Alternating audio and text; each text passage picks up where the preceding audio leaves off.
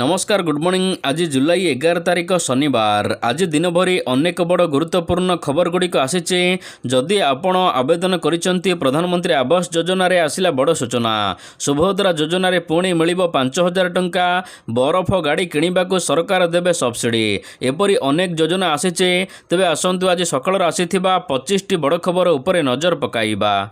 Number 1 राखी पूर्णिमार मिलिबो सुभद्रा योजनार पंचम किस्ती टंका। राखी पूर्णिमार बंटा जीवो सुभद्रा योजनार पंचम किस्ती। ए नहीं प्रक्रिया शेष पर्याय रे पहुंचीचे। तेबे पुणी सुभद्रा योजना पाई नुआ आवेदन करिसेंती 3,17,966 जन। यार मध्यरे 82,036 जनकर डीबीटी प्रक्रिया भूल अछि एवं 28,611 जनकर बायोमेट्रिक बा केवाईसी होई नाही। तेबे जुलाई 25 तारिख सुधा समस्तंकर नुआ आवेदनकारी मानकर जहाँ समस्या अछि ताको शेष करबाको कुहा जाइछि। नंबर 2 एप्रिल किंबा मे मासरे हेबो पंचायत निर्वाचन। 2027 एप्रिल किंबा मे मासरे हेबो पंचायत निर्वाचन। ए नहीं सूचना देले राज्य निर्वाचन आयोगक सचिव संतोष कुमार दास। एसआईआर कार्यक्रम चलिथिबारु एथर पंचायत निर्वाचन सामान्य विलंब हेबो। मार्च प्रथम सप्ताह जाए एसआईआर काम चलिबो। काम न सरिबा जाए पंचायत निर्वाचन आरंभ हेबा असंभव। निर्वाचन आयोगक सचिव कहिसंती जे पूर्वरु प्रायतः फेब्रुआरी मासरे पंचायत निर्वाचन होइथाए। हेले एथर 2027 रे एप्रिल किंबा मे मासरे पंचायत निर्वाचन हेबो। नंबर 3 केजी रु पीजी मागणा शिक्षा विवाद पर सरकार पक्षर स्पष्टीकरण। केजी रु पीजी मागणा शिक्षा को नहीं सारा ओडिशा रे द्वंद्व देखा देइछि। युक्त 2 यूजी पीजी पाठ्यक्रम रे नाम लेखा आरंभ होइथिले मध्य सरकार पक्षर स्पष्ट निर्देशावली जारी होई नाही। फी आदाय को नहीं अभिभावक माने असंतोष व्यक्त करिबा परे उच्च शिक्षा एवं गणशिक्षा विभागर अधिकारी माने गतकाली दिन तमाम मानस मंथन करिसंती। संध्यारे गणशिक्षा सचिव उच्च माध्यमिक शिक्षा निर्देशालय एवं माध्यमिक शिक्षा निर्देशालय को संशोधित पत्र लिखि समस्त फी छाड़ करिबा कथा उल्लेख करिसंती। उच्च शिक्षा मंत्री सूर्यवंशी सूरज कहिसंती वर्तमान साधारण प्रक्रिया रे ही नाम लेखा आवेदन रे पिलामान ठारो टंका निया जाइछि। मात्र ए समस्त टंका फेरस्त पाइबे छात्र छात्री। नंबर 4 जुलाई 13 रे बंद रहिबो मुख्यमंत्री अभियोग शुणाणी। आसंता सोमवार जुलाई 13 तारिख रे मुख्यमंत्री जन अभियोग शुणाणी कार्यक्रम बंद रहिबो। मुख्यमंत्री अन्यान्य गुरुत्वपूर्ण काम थिबारु आसंता सोमवार 13 तारिख दिन मुख्यमंत्री जन अभियोग शुणाणी बंद रहिबो। तेबे परवर्ती अभियोग शुणाणी प्रक्रिया केबे हेबो ए नै संवाद पत्र रे एवं अन्यान्य गणमाध्यम जरिया रे जणाई दिया जिवो। नंबर 5 देश में ड्रप आउट कमुचे ओडिशा रे ड्रप आउट बढ़ुचे। राज्य में ड्रप आउट हार कमाइबा पई सरकार विभिन्न प्रकार योजना प्रस्तुत करिसंती। किंतु ड्रप आउट हार कमिबा कोन वर्ष को वर्ष बढ़ी चलीचे। अन्यपटे अंतर्जातीय स्तर में ड्रप आउट हार कमुचे।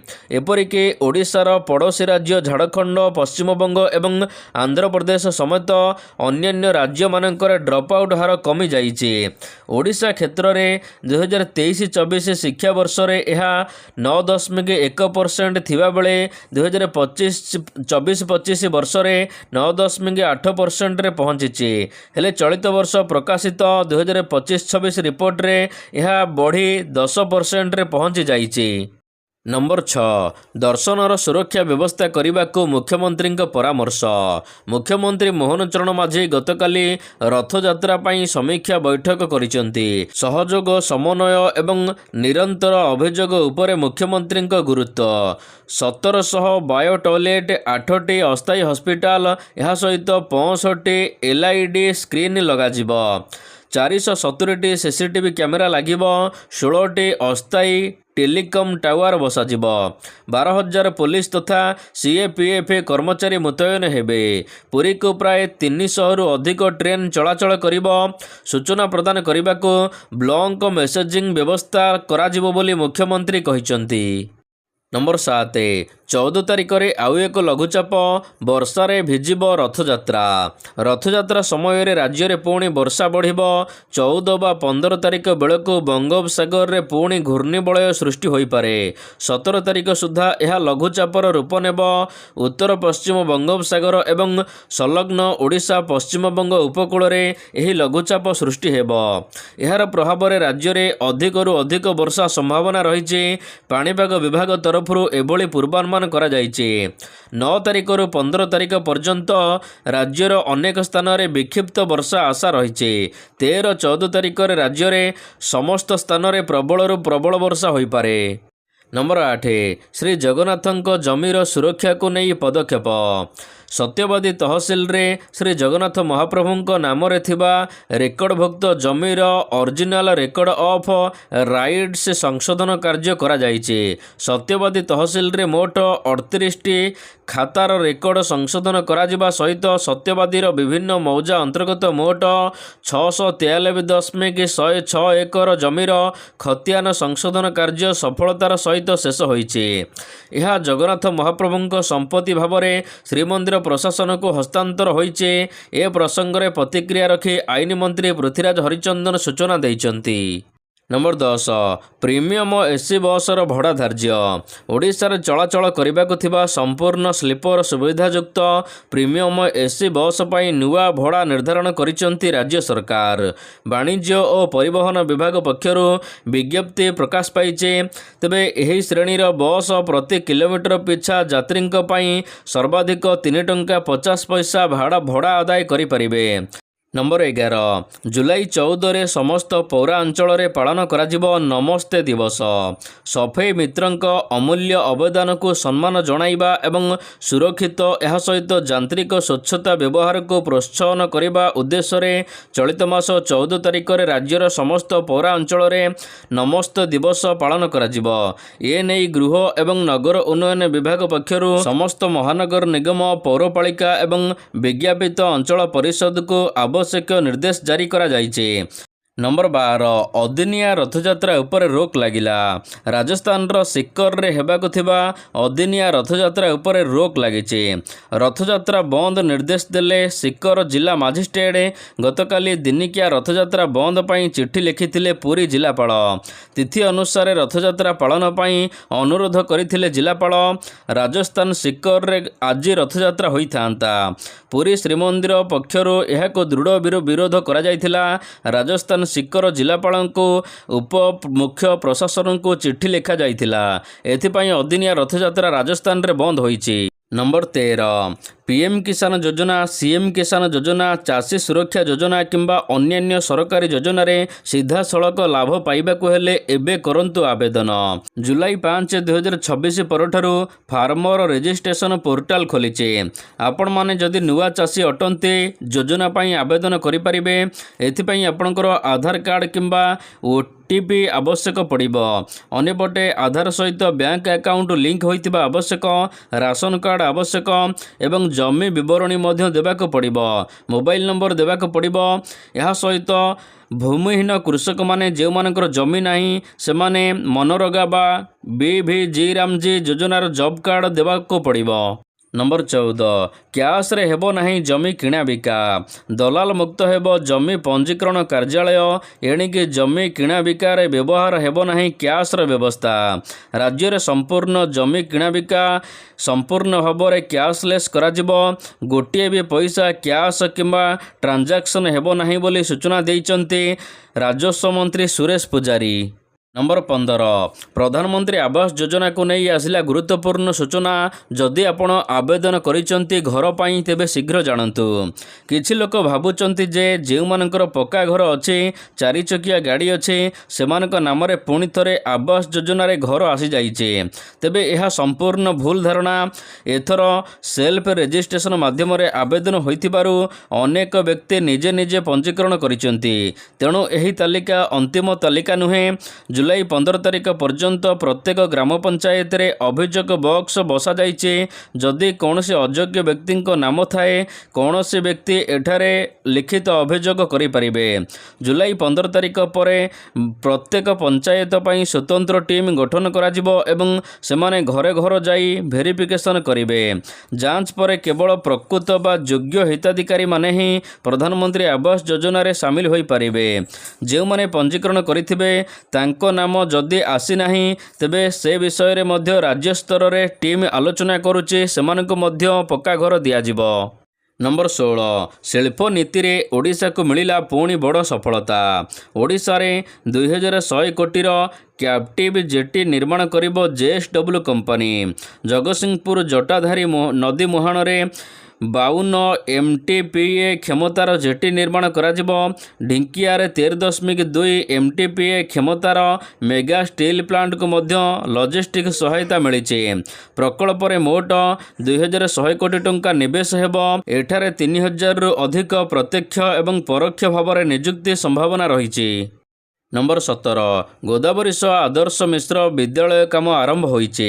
गोदावरीश मिश्र आदर्श प्राथमिक विद्यालय योजना रे 2200 स्कूल निर्माण करने को लक्ष्य रखिछंती राज्य सरकार। तेबे एथिपाई 2200 कोटी रु अधिक टंका आवंटन करा जाइछे। 322 स्कूल रे एबे काम आरंभ करा जाइथिबा कहा जाइछे। नंबर 18 माछ परिवहन पाई मिलुची सहायता। जदि आपण माछ व्यवसाय करूचंती किंबा बरफ गाड़ी रे कौनसी व्यवसाय करूचंती राज्य सरकार आपण को देउचंती सहायता गाड़ी किनिबा उपरे। हिताधिकारी माननको मिलुची 40 रु 60% रिहाती रेफ्रिजरेटर भ्यान बा बरफ बाक्स थिबा गाड़ी को किनिबा को राज्य सरकार प्रोत्साहन देउचंती। जहा द्वारा सुदृढ़ हेबो व्यवसाय मत्स्यजीवी मानकर आय वृद्धि पाइबो। नंबर 19 काठजोड़ी पुणी मिलिला मुंड नथिबा शरीर। काठजोड़ी नदी जड़े महिला मुंडविहीन मृतदेह मिलिबा घटना। पुरीघाट थाना पुलिस मृतदेह को उद्धार करने सहित व्यवच्छेद करिछि। एसीबी रे मृत महिला बयस प्राय 40 रु 50 वर्ष मध्य हेबो। महिला परिचय तथा मुंड नथिबारु परिचय मिलिबाकू एबे पुलिस पक्षरु तदंत आरंभ करा जाइछि। 5-6 मास मध्य राज्य में 5टी मुंड नथिबा शरीर मिली किंतु तदंत प्रक्रिया रे सफलता मिली नहीं। नंबर 20 1.5 वर्षर पुओ को 8 थर कचाड़ी मारिथिला दियर एबे पाइब फांसी दंड। भाउज को प्रेम निवेदन करिथिला हेले धरा छुआ देले नहीं भाउज। तेणु तांकर 1.5 वर्षर पुओ को 8 थर कचाड़ी मारिथिला संपर्कीय दियर। गतकाली एही मामलार राय प्रकाश पाइचे। अभियुक्त दियर को फांसी दंड शुणाइचंती कोर्ट। उत्तर प्रदेशर सिरिंजिया तहसिल रे एभली एक घटना खरगपुर गाँव रे घटिथिला। संपर्कीय भाउज सुमिति को प्रेम निवेदन करिथिला दियर विराज पाठक। प्रेम निवेदन रे असफल हेबारु तांको पुओ को हत्या करिथिला। नंबर 21 जटिल हेला दीदींको समस्या। तृणमूल कांग्रेस टीएमसी रो समस्या आहुरी जटिल होइछे। कोलकाता हाईकोर्ट पार्टीर दैनंदिन खर्च पाई आंशिक धन उठाण सुविधा मिलिबार दिनक परे इधानगर साइबर थाना पार्टीर केतक सरकारी एवं घरोई बैंकर 12टी अकाउंट को फ्रीज करने को निर्देश देइछे। पुलिस सूत्र अनुसार एही अकाउंट रे पाखापाखि 1000 कोटी रु अधिक जमा राशि अछि। नंबर 23 निज देश को फेरी जिबे शेख हसीना। चलित वर्ष डिसेम्बर सुधा बांग्लादेश फेरी कोर्ट रे आत्मसमर्पण करिवे बांग्लादेशर पूर्वतन प्रधानमंत्री शेख हसीना। केवल से एका नुहंते तांको दलर अनेक वरिष्ठ नेता माने मध्य कोर्ट रे आत्मसमर्पण करिवे बोली से एक साक्षात्कार रे कहिचंती। से कहिचंती मु बांग्लादेश को फेरी जिबे जदि मरिबार अछि मु मो देश रे मरिबे। नंबर 23 आर सप्ताह ट्रैक रे दौड़ब हाइड्रोजन ट्रेन। प्रथमे कोयला रे ट्रेन चलुथिला पर डीजेल एवं विद्युतीकरण हैला। यहा पर एबे हाइड्रोजन रे दौड़ब ट्रेन। भारतीय रेल देशर प्रथम दैनिक हाइड्रोजन इंधन सेल ट्रेन को अनुमति देइचे। एही ट्रेन हरियाणार जींद सोनीपत मध्य चलाचल करिब। आर सप्ताह एही ट्रेन ट्रैक रे दौड़ब बोली जणा पड़िछि। नंबर 24 पुणी जेल जिबे अभिनेता राजपाल यादव। पुणी अड़ुआरे अभिनेता राजपाल यादव अभिनेता राजपाल को 3 मास जेल जावाक पड़िबो।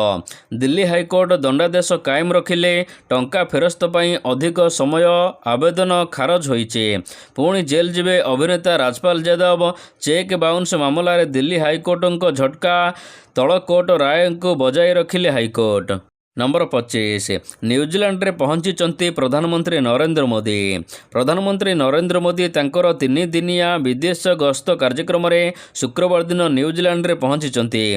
विमान बंदर रे न्यूजीलैंड रो प्रधानमंत्री तांको भव्य स्वागत जणाइथिले। एही 2 दिनिया गस्त समय रे वाणिज्यिक संपर्क वृद्धि सहित प्रवासी भारतीयों को संबोधित करेंगे प्रधानमंत्री मोदी। नंबर 26 आज शेष टी20 मैच। इंग्लैंड विपक्ष 5 मैच विशिष्ट टी20 श्रृंखलार प्रथम मैच वर्षा जोगु बातिल हेबा परे भारत परवर्ती 3टी मैच हारी जाइछे। फलरे एही श्रृंखलार 3-0 रे भारत परास्त होई पछर अछि। तेबे आज एही श्रृंखलार पंचम तथा शेष मैच। भारत एही मैच जितिबा सहित भ्रमणकारी दल सम्मान रक्षा करिबो एवं मूलपोछ पराजय एड़ाइबाकू भारत आज पड़िया को ओह्लाइब।